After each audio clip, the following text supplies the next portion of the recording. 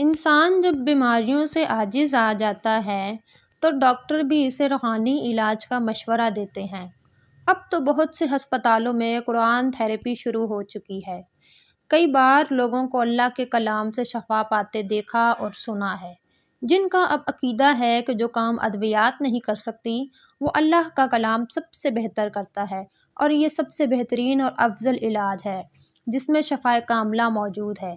پچھلے دنوں ایک صاحب جو سرکاری ادارے میں اچھی پوسٹ پر ہیں بتا رہے تھے کہ انہیں جسمانی طور پر نقاہت اور بے چینی بہت ہونے لگی، تھکن ہر وقت سر پر سوار رہتی، جبکہ دفتر کا کام اتنا حساس ہے کہ اس میں غفلت کی کوئی گنجائش نہیں۔ انہوں نے اس کا علاج سورہ فاتحہ سے کیا ہے۔ بتانے لگے کہ انہوں نے انتہائی پرسکون حالت میں پوری یکسوئی سے سورہ فاتحہ کو ٹھہر ٹھہر کر 21 بار پڑھنا معمول بنایا، اور چند ہفتوں بعد ان کے بدن اور دماغ میں چستی پیدا ہوئی۔ ان کا ہر کام میں دل لگتا ہے، بلکہ ہر کام سے پہلے یہ کسی بھی مصیبت میں مبتلا ہونے پر سورہ فاتحہ کا سہارا لیتے ہیں تو ان کی مشکل دور ہو جاتی ہے۔ ان کی بیٹی کا رشتہ نہیں ہو رہا تھا، جس کے لیے انہوں نے سورہ فاتحہ پڑھ کر اللہ سے دعا کی تو انتہائی معقول رشتہ آ گیا۔ ان کا ایمان ہے کہ سورہ فاتحہ کی برکت سے ان کی زندگی بدل گئی ہے۔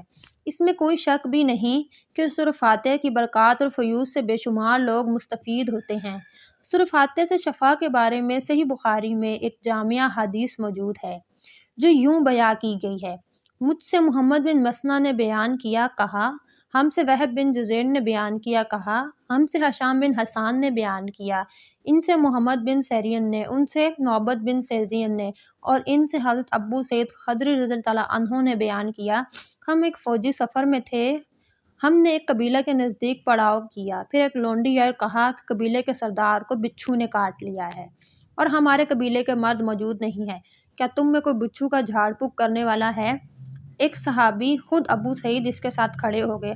ہم کو معلوم تھا کہ وہ جھاڑ پھونک نہیں جانتے، لیکن انہوں نے قبیلے کے سردار کو جھاڑا تو اس سے صحت ہو گئی۔ اس نے اس کے شکرانے میں 30 بکریاں دینے کا حکم دیا اور ہمیں دودھ پلایا۔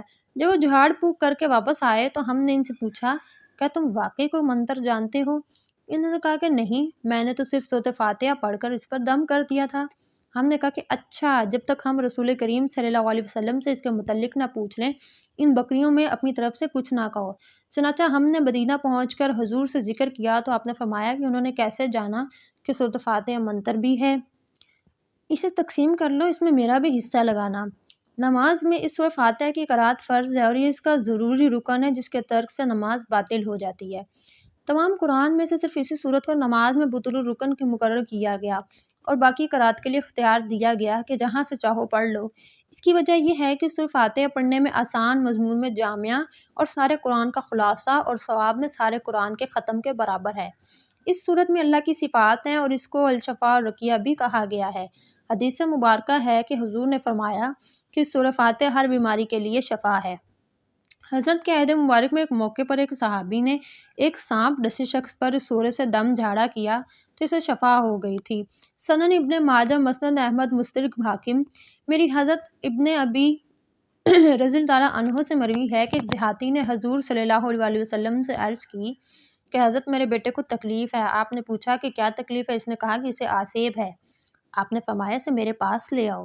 چنانچہ وہ لے آیا تو آپ نے اسے اپنے سامنے بٹھایا اور اس پر سورۃ فاتحہ اور دیگر آیات سے دم کیا تو وہ لڑکا اٹھ کھڑا ہو گیا گویا کہ اسے کوئی بھی تکلیف نہ تھی۔